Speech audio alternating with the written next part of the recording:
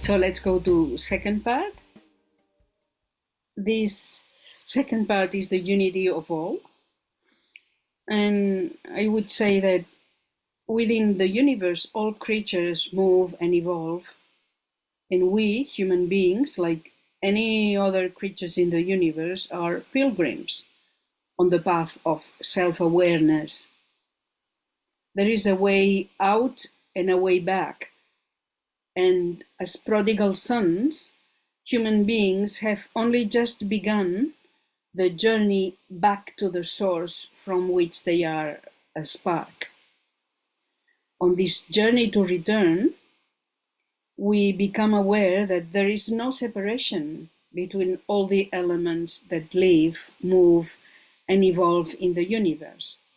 That we humans are just one more element among all those that exist in this great stream of consciousness that is really what we call the universe.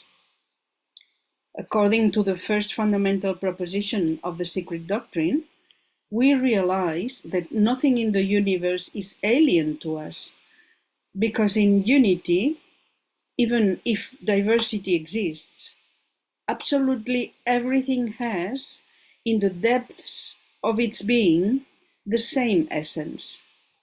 Everything is this essence.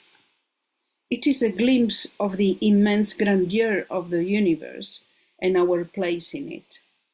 We become aware of the connection that, as a single piece of that infinite mosaic, we have with everything else. For everything is interconnected, and what happens to one piece affects all the others. Nothing that happens in this vastness is alien to anyone, from the largest to the minutest particle. Let's focus now our attention on the human dimension, our earthly life, which is only a small, brief stage in the evolutionary cycle of the great plan of the universe, of the universal spirit. It is in this dimension that we manifest ourselves, that we live, think, move, and interact with our fellow human beings. And it is to this that I ask you to pay attention now. For everything we do, think, and say is a reflection of this universal consciousness whose essence we carry. William Conjat said, nature, that's life manifestation, exists to give the soul the possibility of experiencing and attaining self-awareness. This can only be achieved by a body whose soul is in contact with nature. That's why I'd like us to concentrate now on how we express the unity of everything in the life we live. Let's step down to the individual level of action, where, vain illusion on our part, we believe ourselves to be separate from one another, where we have forgotten that we are all one with every other, where we have lost sight of the unity of all life, where we need to recover the memory that the immediate purpose of life is this fundamental unity of all things, of all beings, of everything. We need to reflect on the urgency of this vision of the one life, which is the only one capable of bringing light and peace and security. Albert Einstein said, the human being is a part of the whole that we call the universe, a part limited in time and space. He experiences his thoughts and feelings as separate from the rest, as an optical illusion of his consciousness. This illusion is a kind of prison for us, limiting us to our personal desires and the affection we feel for a few people around us. Our task must be to free ourselves from this prison by widening our circle of compassion and thus embracing all living creatures and all of nature in its beauty. And then HPB in the Key to Theosophy says, a true theosophist must implement the highest moral ideal, must strive to recognize unity with the whole of humanity, and work ceaselessly for others. So, behind every handshake, behind every social event, whether particular or universal, there is a hidden but real objective. It is the one life that manifests itself in 1,000 different ways and instinctively seeks unity. Faced with this multiplicity of manifestations, we can react with satisfaction if we feel sympathy, or with unease if we feel antipathy. These two attitudes are the consequence of the collaboration or obstruction we bring to this hidden objective, which is instinctively moving towards unity. We just need to be aware of this and act accordingly to solve the problems that so often arise, both individually and collectively. This unique life bursts into individual, social, and global spheres in such a way that nothing is foreign to it. When we speak of our one life, this is Mahatma K.H. talking or writing.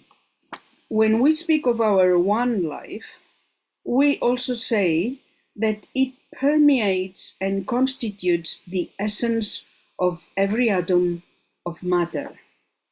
This one life that permeates everything, which is the stream of consciousness, universal.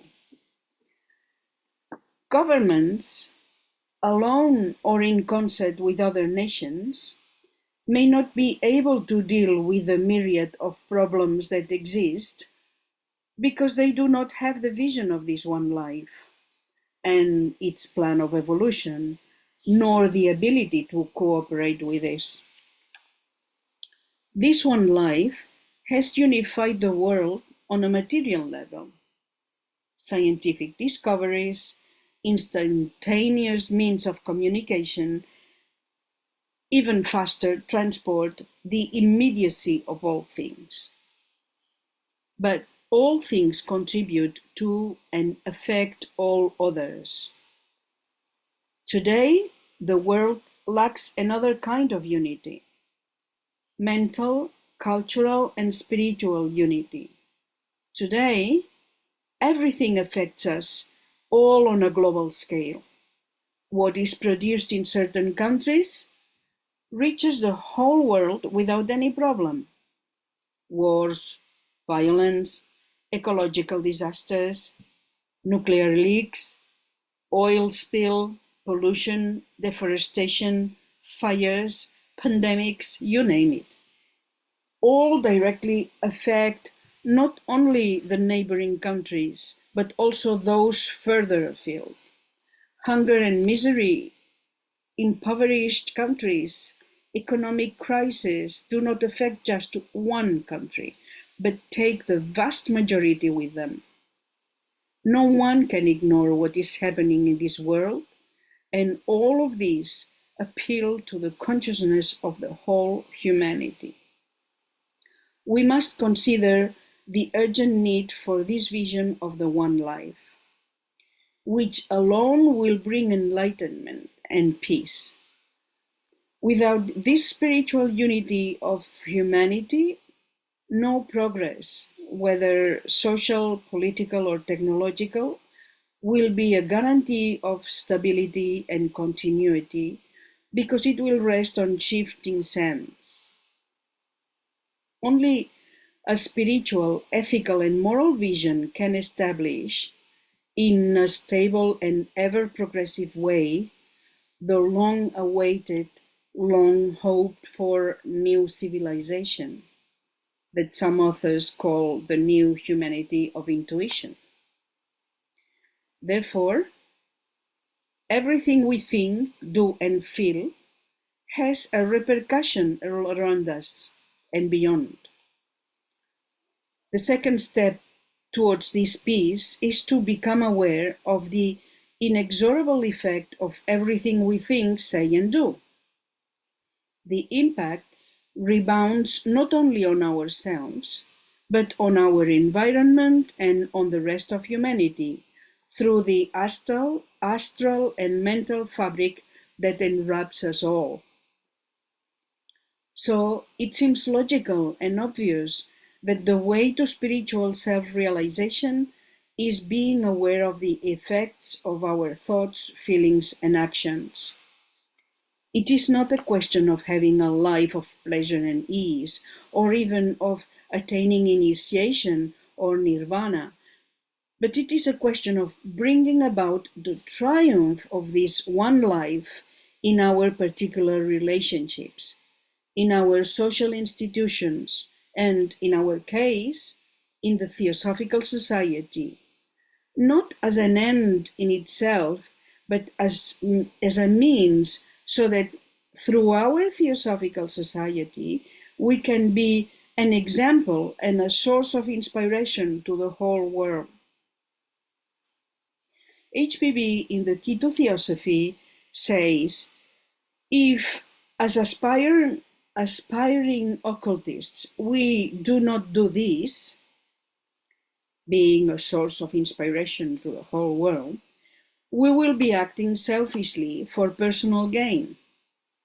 And in greater practical powers, if greater practical powers are thus acquired, we will more often than not, by that very fact, become an enemy of the world and those around us, far more to be feared than the mere mortal. May this one life enlighten and enable leaders, the ruling classes, and all humanity in general to be predisposed to cooperate with the great plan of evolution for all sentient beings so that they may take part in it. If this is so, the invisible kingdoms will never fail to cooperate in this transcendent work. Then union will be a fact, and all the component parts of this unity, without exception, will become collaborators for the universal common good.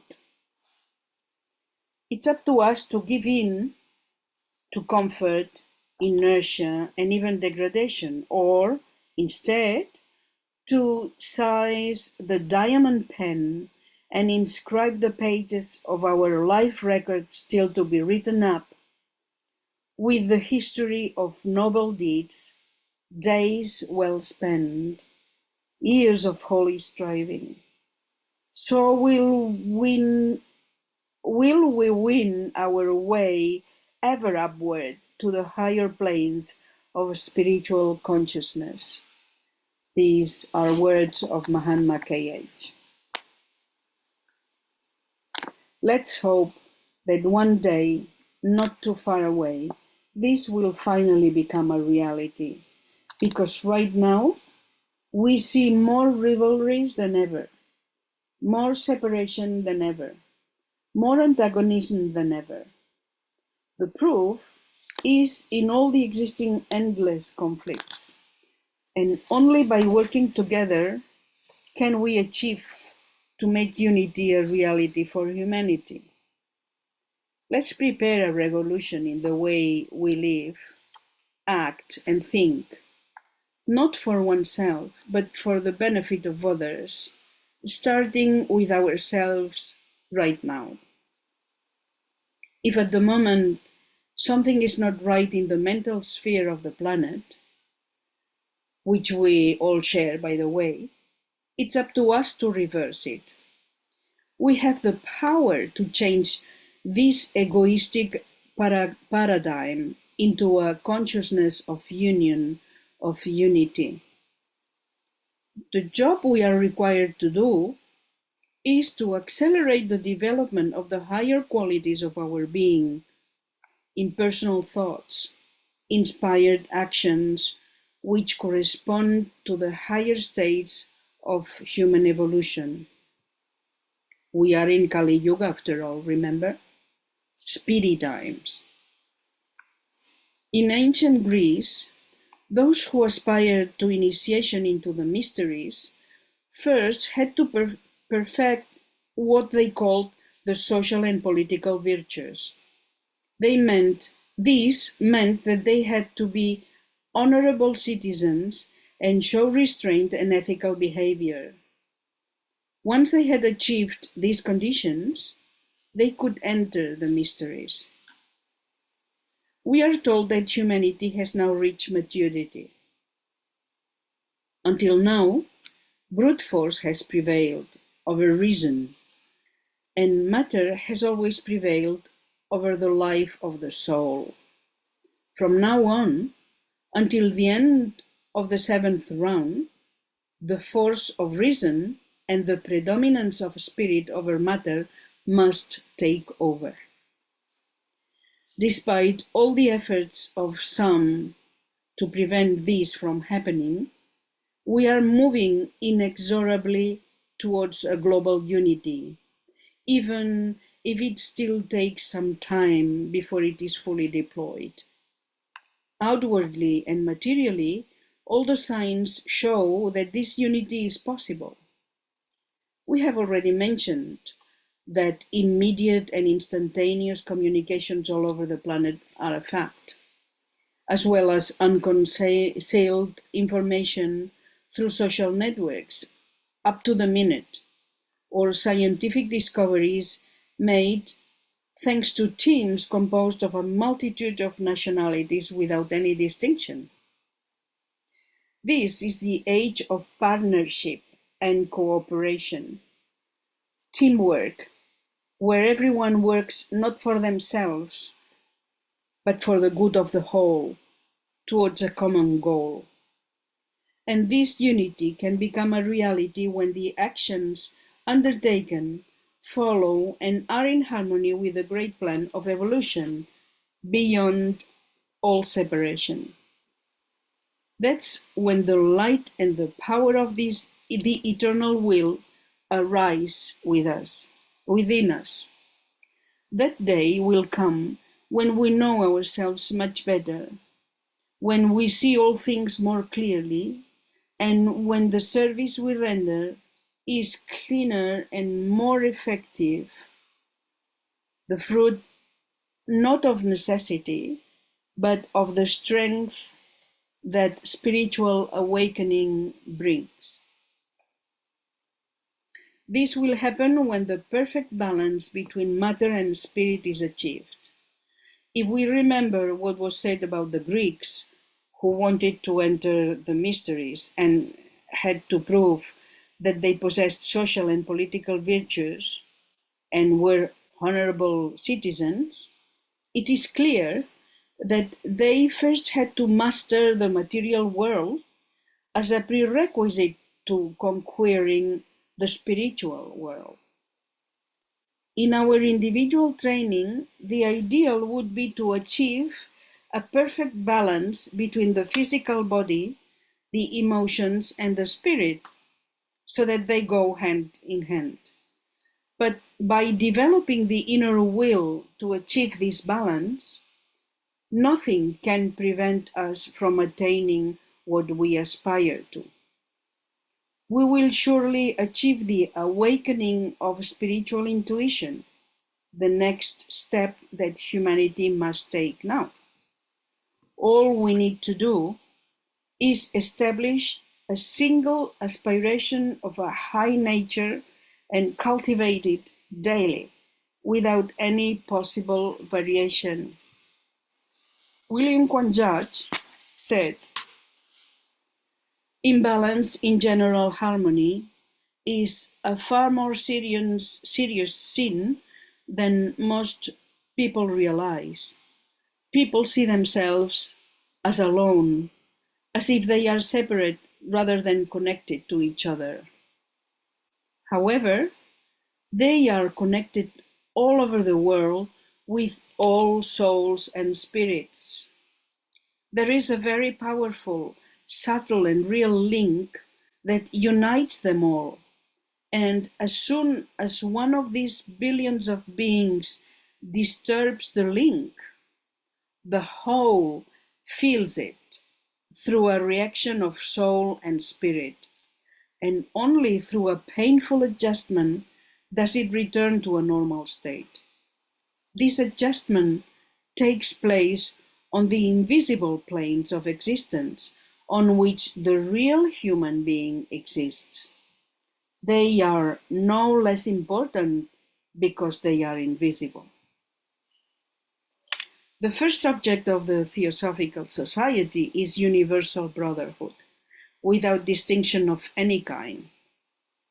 If this feeling is lived and radiated, more in the heart than in the speech, with the honor that was so important to the Greeks, then this is the first definitive step towards the construction and consolidation of those mental and Buddhic structures that will enable us to pass from the world of men to the world of the masters.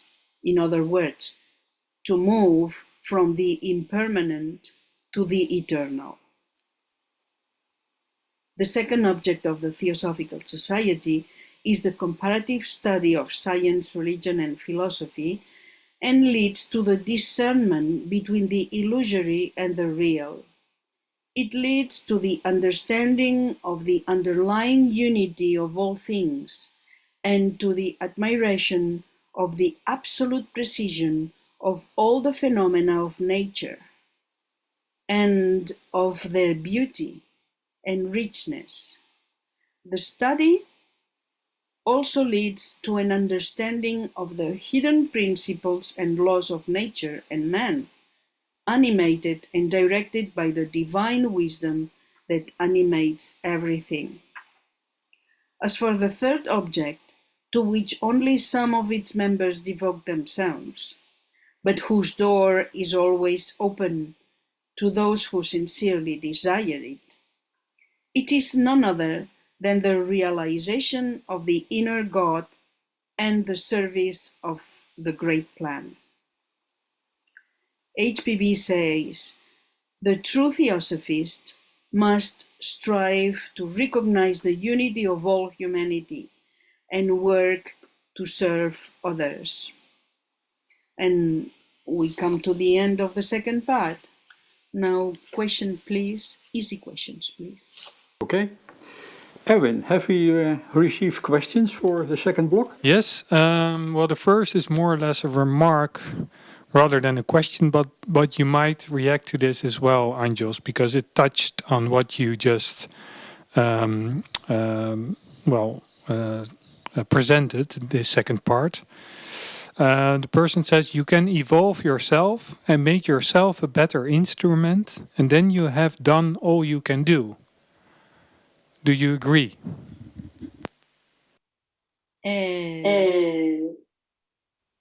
Yes, I agree, but I think that there is always more than we can do, that we think we can do. I don't know if I expressed my thought.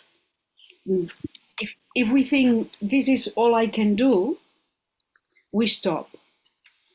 And in my point of view is that we shouldn't stop, never. There is always a step more to go.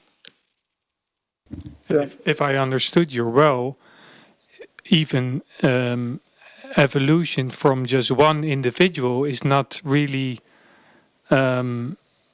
how do you say? There's always interdependence. So there is not just your own evolution. You're always connected to others. I thought that was also what you try to show us. Sure, because we are all interconnected, but that to me this is another aspect. So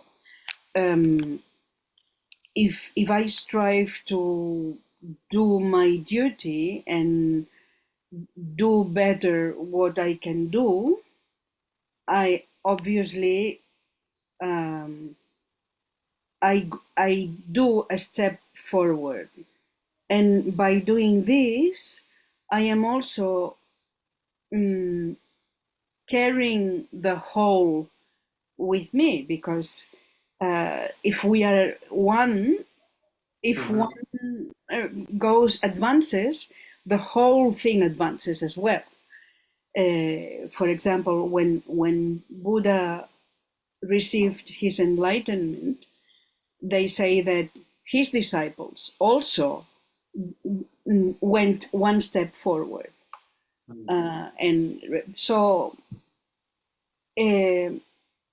we are not different. We are all together. In a study group, if one understands a question, it's easier for the others to understand it as well. So this is how I see it, right? So yeah. There is another, I think, important aspect of it. By doing, you learn. It is very seldom that you do something and think on the end, this is perfect, there is no room for improvement. Most of the time, you know, by doing, okay, we have done it, but next time we can better do this, and so on. And that is the, let's say, continued process of gaining more information and understanding better and learning. Yep. Thank you for wording what I thought.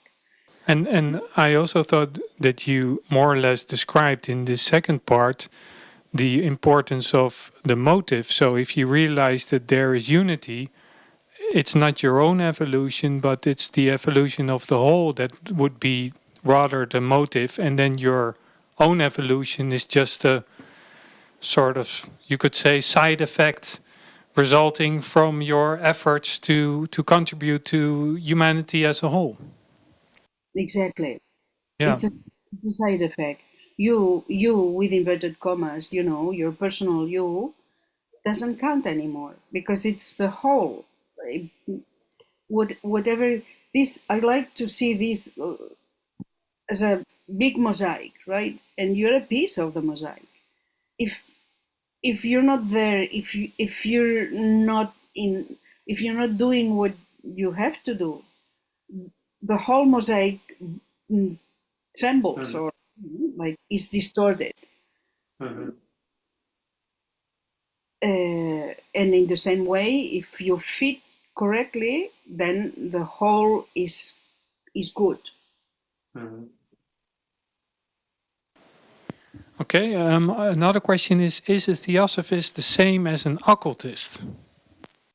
Wow. Okay. Let's see.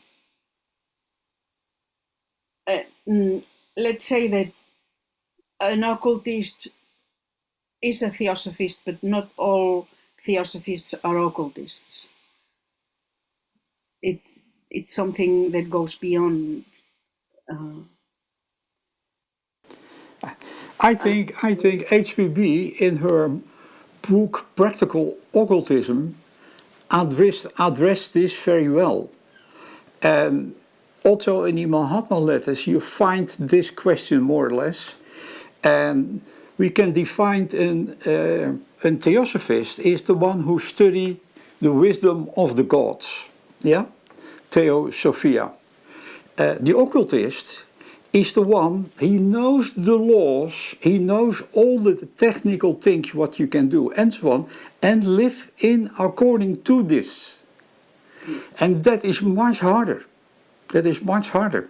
Because if you have the knowledge and you know what you can do and so on and so on, and you know how all the laws are working, the consequences you see and what you have to respect in karmic effect is much and much more. Yeah? In the beginning of the Theosophical Society in India, there is an action going on the, what is it called, the Indian Theosophical organization over there. What was it called? The Asian something. And they like to be an occultist. And then the master say, you have to realize to be this, that means that you know the laws, you know the technique to do this and that, but you have to fulfill and maintain a promise, a discipline, what the most of you guys cannot held for 24 hours. Yeah? So the Mahatma starts to laugh about the idea and he said, oh, no way, no way. Yeah? Because in the shortest period they will be very selfish. Yeah. Yeah. So in short, you know the technique, you know the laws, you know how you have to do all the things. Yeah. And you live according to it. And keep your promise that you will never use it for yourself. Yeah? And that will, I think, be very hard for a lot of us. Yeah. Yeah. This connects to the next question. Responsibility seems to be a very important aspect for this time. It seems that many people know what is needed, but it is found hard to live by that. Can you elaborate? Like, what is the cause for that? Why is it so hard for people to also live according to the responsibility that they recognize? Gosh. Everybody knows that we have to do exercise, right? But how many of us really find the time and the discipline and say, okay, now I am going to walk or I am going to do exercise. Everybody knows that we have to eat healthy to be fit in a good condition. But how many of us follow the advice and don't eat things that are not healthy wise correct, for example, or like we know what we should do. The other thing is, do we do it? Do we or do we allow matter, that is the body, the tendencies, the what is more easy, for example, to overcome or to prevail on to what should be done. That's a very mundane aspect that I use here, right? But obviously, the in the spiritual world, or in the spiritual aspect, it is very easy to talk about the paramitas, to talk about all these things that mentally we understand and we believe that they are correct, that this is what we should do. How many people really accomplish that? Accomplishing that meaning what we are going to talk now, changing our lives according to, because the paramita that says, well, practice patience and see how many in a queue at the bank or wherever you want have practiced that patience. Easy to say, less easy to put into practice. But then as you practice all these aspects, and they are very simple aspects. Very simple. GDP says, first one, don't retaliate. Ha. Second one, don't try to be right. Don't try to prove that you are right. Ha. You know, just like these two simple things, if you really are attentive to them, your life changes.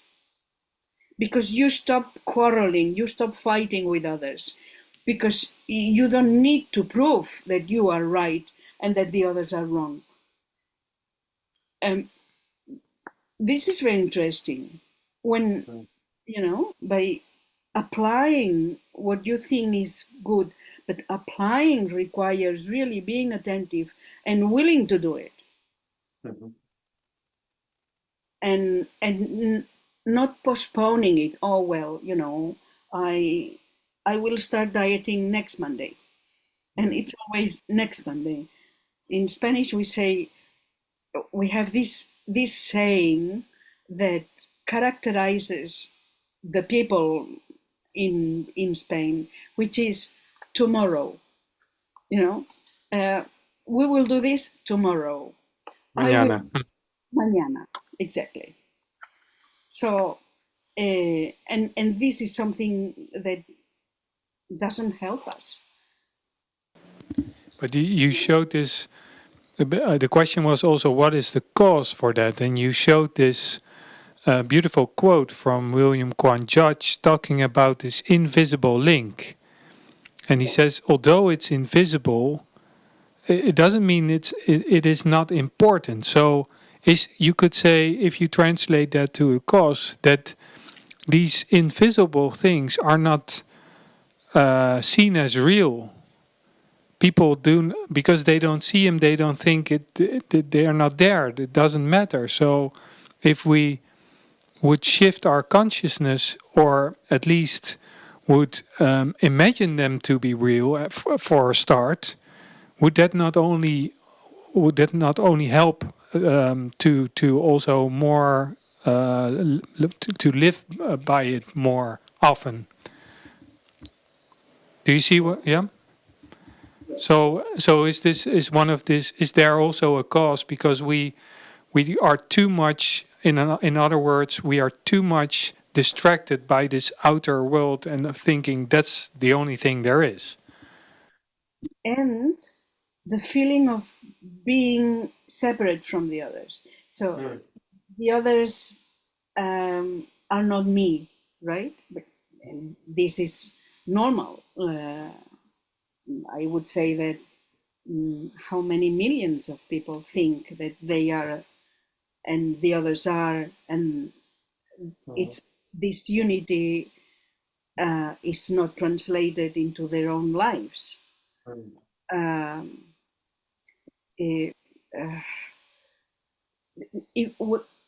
We constantly forget this, and this is a question of training, just training your mind, training basically your mind, because then with training is a very important part. You need the will to train, and then the training, because it's easy to say, well, on Monday I will start, whatever, mañana, no, and it's always postponing something that you actually have to start right now, not yesterday because it's the past, but now. In these are aspects that seem unimportant because they are not earning the means to surviving, having good relationship with the family, things very, very close to us. These are less personal, more impersonal things that affect our behavior and our whole being in this sense. I don't know. There are people who are born already with this disposition of serving, of having this feeling of being connected, and their lives show that. Their lives are a proof of this disposition. And there are others who have to learn that throughout incarnations, and because life is not easy for them in this sense. So life is very wise. If you don't learn something, it's okay.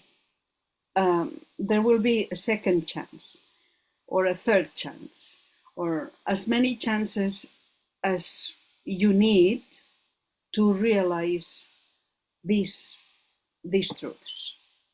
And it can take many incarnations, or just, like that. So, if I may, I don't know, because you described that Kali Yuga is this time of opportunity. So actually, you describe the examples that you give on how we exercise. We know exercise is good, but we don't exercise. We know eating healthy is good, but at least in this time, we see in one incarnation already effects. So you can already describe these practices like do not retaliate. You will, if you really try to live by it, you will have these practices in one incarnation and see the differences and the outcome. And that's, I think, the great of this time. That's why this is also a time of progress. That this effect really follows soon after the causes. Absolutely, absolutely. These are times, challenging times, but very interesting times, because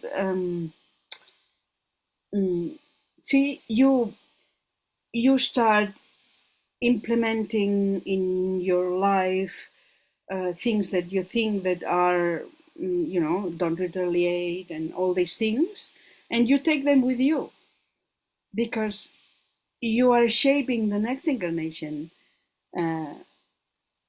just by the fact that you are changing your character, or changing your way of thinking, or your way of acting.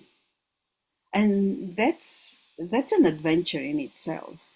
It's the stage of being human is just something great, because you have the power within yourself, and it depends only on you to use it or not, or to use it towards one thing or another one. It's a question of choice. And well, that to me makes things interesting. Sorry. I think we have to go for the last block according to the time. So, please, Angelus. Okay, right. So the last time